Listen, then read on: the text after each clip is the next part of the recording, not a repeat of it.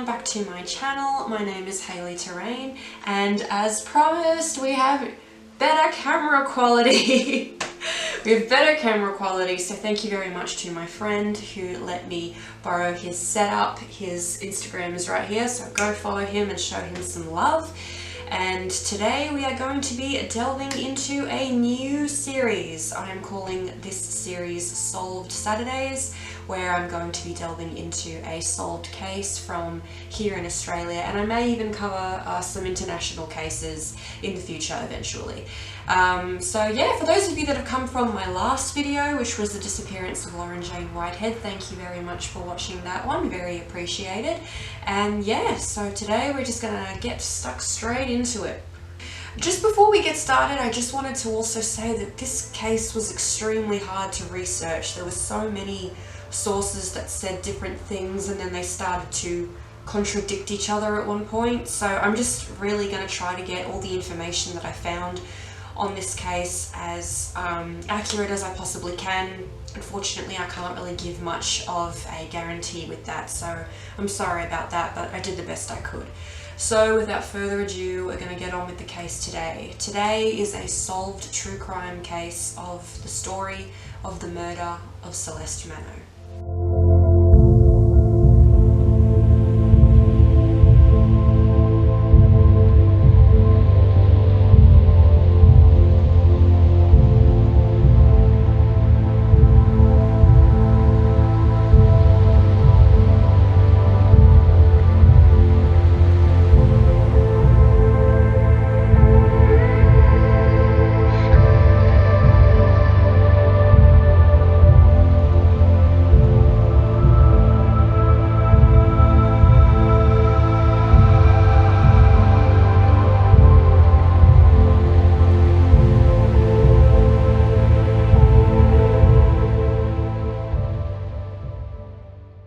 Celeste Manno was a 23-year-old criminology and psychology university graduate from Melbourne, Victoria. Though I couldn't find her actual date of birth, I believe she was born on the 22nd of November 1996 to a loving Italian family originally from Catania, Italy. Her family consisted of her parents Tony and Aggie and two brothers called Alessandro and Jaden. At this time in her life, she had graduated RMIT University in 2017 and had really recently just started a new relationship with a young man called Chris. Celeste had heaps of friends, participated in many social activities, and did some volunteering in her spare time. She was described as having a bright personality, infectious smile, incredibly kind, and was the pillar of strength in her family. So straight off the bat, this case was difficult, as I mentioned before, to research. And my frustrations with this largely came from the fact that all of the news resources that I was looking at to gain all my information from seemed to focus primarily on the killer and his sentencing, and not on Celeste as a person, her personality, who she was in life, her achievements.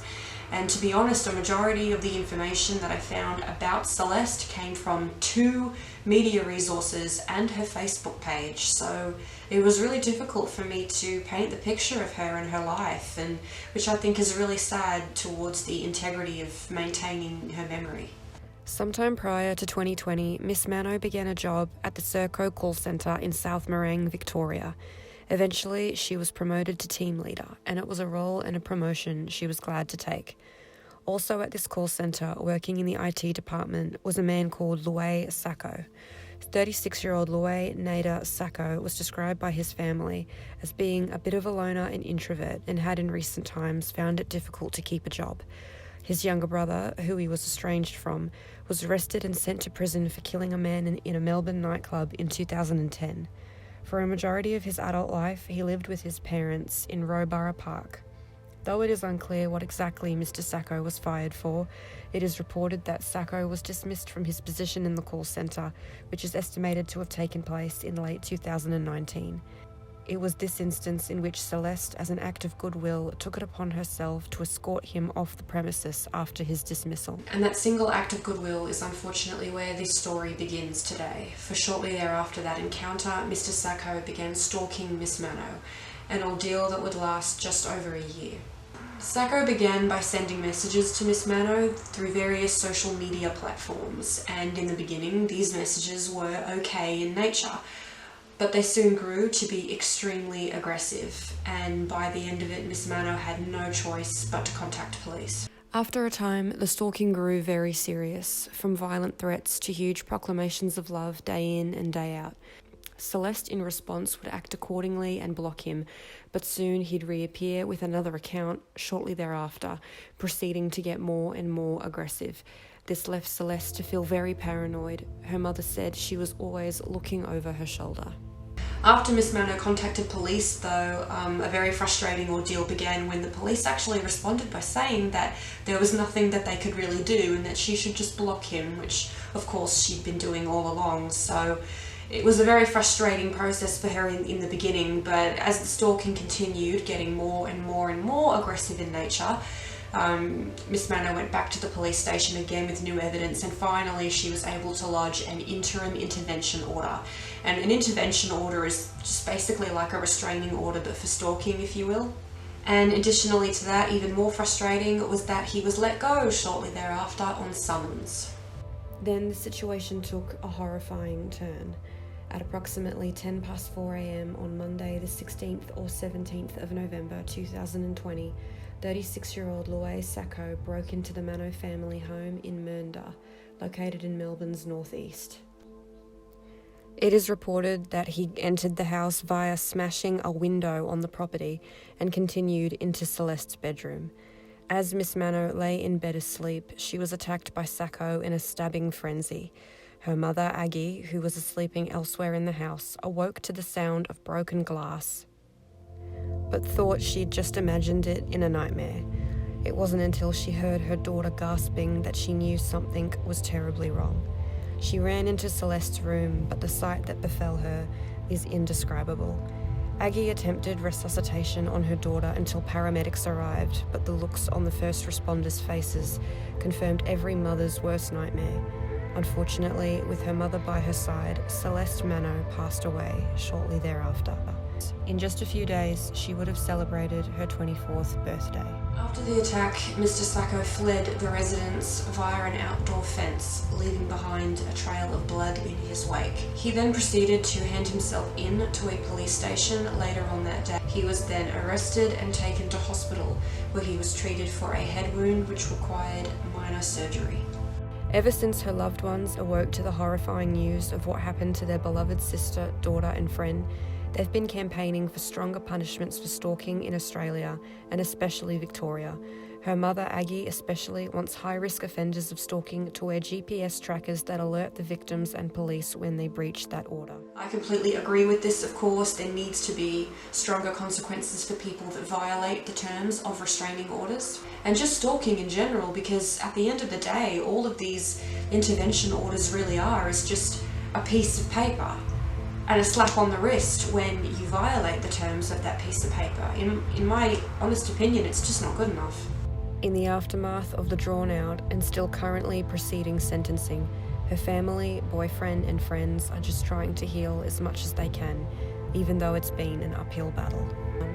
In terms of sentencing for Mr. Sacco, he is currently awaiting trial as his defence team prepares its case, and he is currently undergoing a psychiatric evaluation.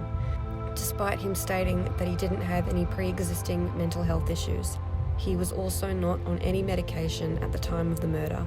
He will remain behind bars until his case progresses through the Melbourne Magistrates Court. Now I'm just going to take this opportunity to discuss stalking a little bit, because I feel like it's a topic that doesn't really get addressed as much as it should in today's current day and age.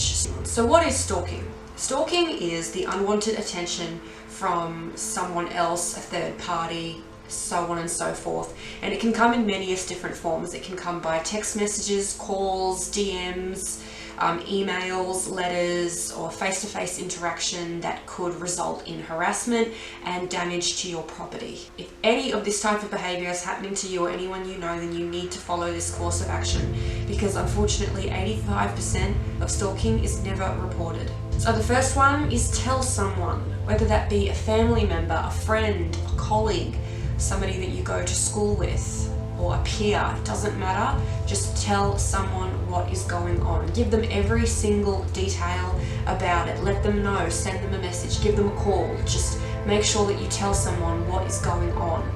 Number 2 is keep a detailed record of every interaction that you have with this person or this third party.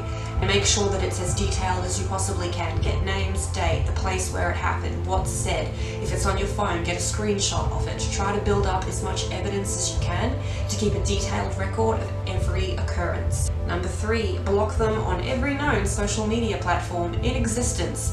Or if you're finding that doesn't work, then perhaps you should consider just temporarily deleting your social media platforms for a while. Number 4, alert the persons in the applicable area. So say for example this is happening at your work, then you could tell your manager, you could tell your colleagues, and say for example you work in a shopping mall, then go and tell the security guards at the shopping mall what's going on too, just so that everyone is aware in case this person keeps showing up repeatedly. Number 5 is report it to the police. Now you might think in some instances that you could be jumping the gun a little too early in reporting stalking to the police, but it is never too early to report it to the police. This is the most important step out of all of the ones that I just discussed, and that is letting law enforcement know of what is happening to you. Number 6, and that is to ensure your safety no matter what. So I hope that you can take this video as an opportunity to consider safety precautions around your home, whether that be installing safety cameras or safety sensors, like, you know, if you walk across the lawn and the safety light comes on, stuff like that. I think it is never a dumb investment to invest in your safety, especially within your own residence. It might just end up saving your life. So that brings us to the end of the video. Thank you so much for watching this story. It is highly appreciated, not only for myself, but also on behalf of Celeste's family as well, because everyone that watches this video is contributing to keeping Celeste's memory alive. Her story is so important, and her story serves as a stark reminder of how serious stalking is, especially here in Australia. So please remember that this young woman was someone's sister, she was someone's best friend, and she was definitely someone's daughter. Thank you very much for watching. Please leave a like and subscribe to my channel, and tell me what you think of this case in the comments below. Please be respectful because the family might be viewing of it. Thank you very much for watching, and stay safe out there.